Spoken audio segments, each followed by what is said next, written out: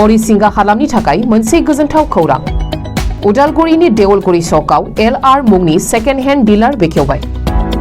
उदालगुरि जिल्लानि सिङाव थानाय देवलगुरि चक एबा उदालगुरि तामुलपुर थांनाय राजा लामानि सेराव गोदानै LR मुंनि सेकेन्ड हेन्ड डिलार बेखेवदों।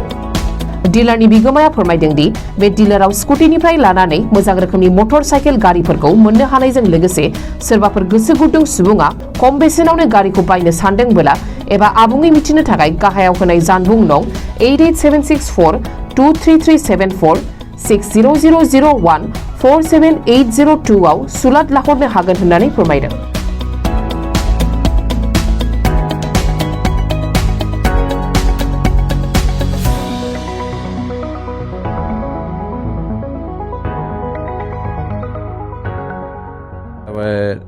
गासिबो गोदान गारि लानो हाया बेनि थाखाय आं दुखियाफोरनि थाखाय गासिबो गोदान गारि लानो हाया ना बेनि थाखाय दुखियाफोरनि थाखाय सुबिदानि थाखाय आं बे सेकेन्ड हेन्ड डिलारखौ खुलिदों। आच्छा नोंथांनि डिलाराव मा रोखोमनि गारि मोननाय जायो? आंनि डिलाराव गासैबो गारिखौनो मोनगोन स्कुटिबो मोनगोन पालसार 150 मोनगोन बुलेट मोनगोन आरो बिनिफ्राय सुपार स्प्लेन्डार मोनगोन गासैखौबो मोनगोन। आच्छा बेयाव माखासे रेजिस्ट्रेसननि खामानिया आं गासैखौबो मावना होगोन।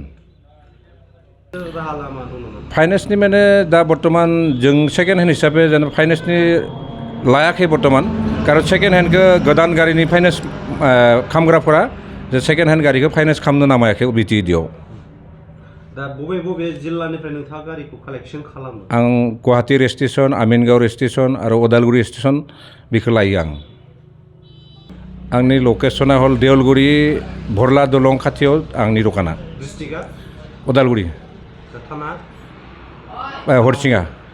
आच्छा दायो जुदि सोरबाफोर लानो गोसोब्ला आंनि नम्बरखौ लानाया मोजां जागोन आरो बे 8876423374। आंहा दा 25 खानसो दोङो टटेल आरो फाननाया गंब्रैसो फानबाय देवबारै अपेनिं खालामनायमोन। आच्छा बेसेबांसो रेन्जआव नोंथाङा गारिखौ?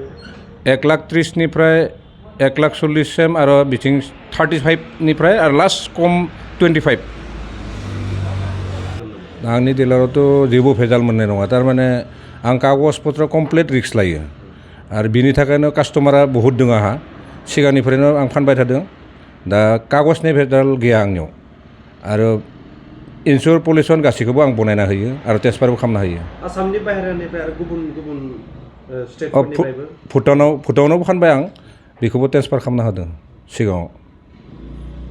হলকি তো নতুন গাড়ী কিনা প্ৰায় মানুহে নতুন গাড়ী কিনিব নোৱাৰে সেইটোৰ কাৰণে তাৰমানে বহুত চিন্তা কৰি কেনে মানে মই আৰু মোৰ বন্ধুজনে মানে ভাবিলোঁ বোলে এখন ছেকেণ্ড হেণ্ড ডিলাৰ অপেনিং কৰাটো ভাল হ'ব।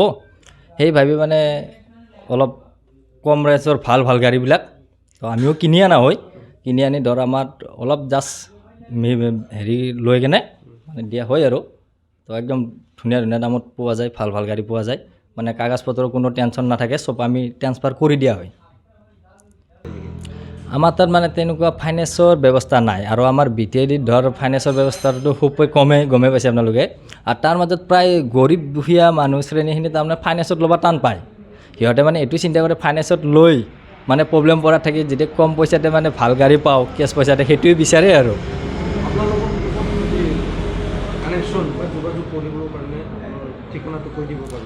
আমার ঠিকনা হল তো দেউলগুৰি মেইন চক আর ফোন নম্বরটো হয়েছে 60000147,802 এইটো মোর নম্বর হয় আর মোর বন্ধুর নম্বরও আছে তেহেঁতৰ নম্বৰ ধর দি দিব মোর বন্ধুজনে দি দিব।